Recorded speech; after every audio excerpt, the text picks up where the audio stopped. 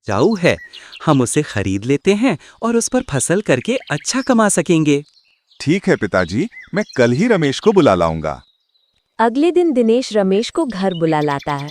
बेटा रमेश, मैं तुमसे ये कहना चाह रहा था कि तुम्हारा जो खेत है वो हम खरीदना चाह रहे हैं। ये तो बहुत अच्छी बात है काका।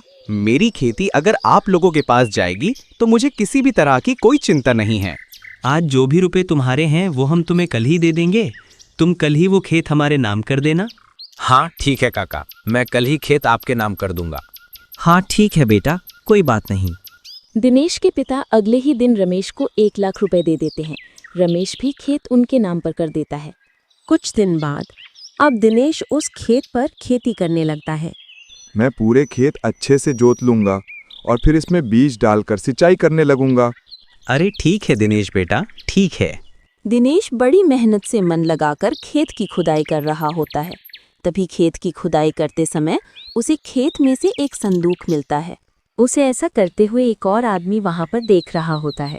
इतने सारे हीरे जवाहरात, ये सारे संदूक में, न जाने किसने यहाँ पर गाड़े होंगे।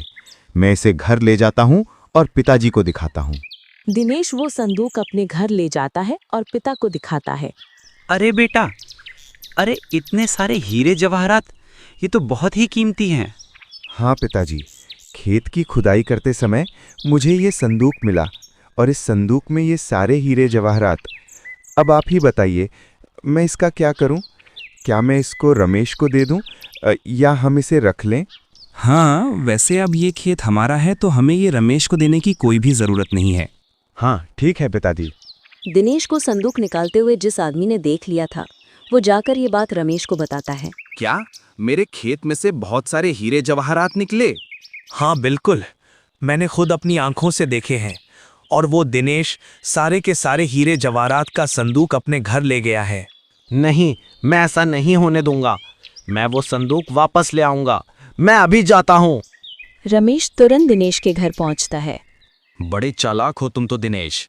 क्या हुआ रमेश, ऐसे बात क्यों कर रहे हो?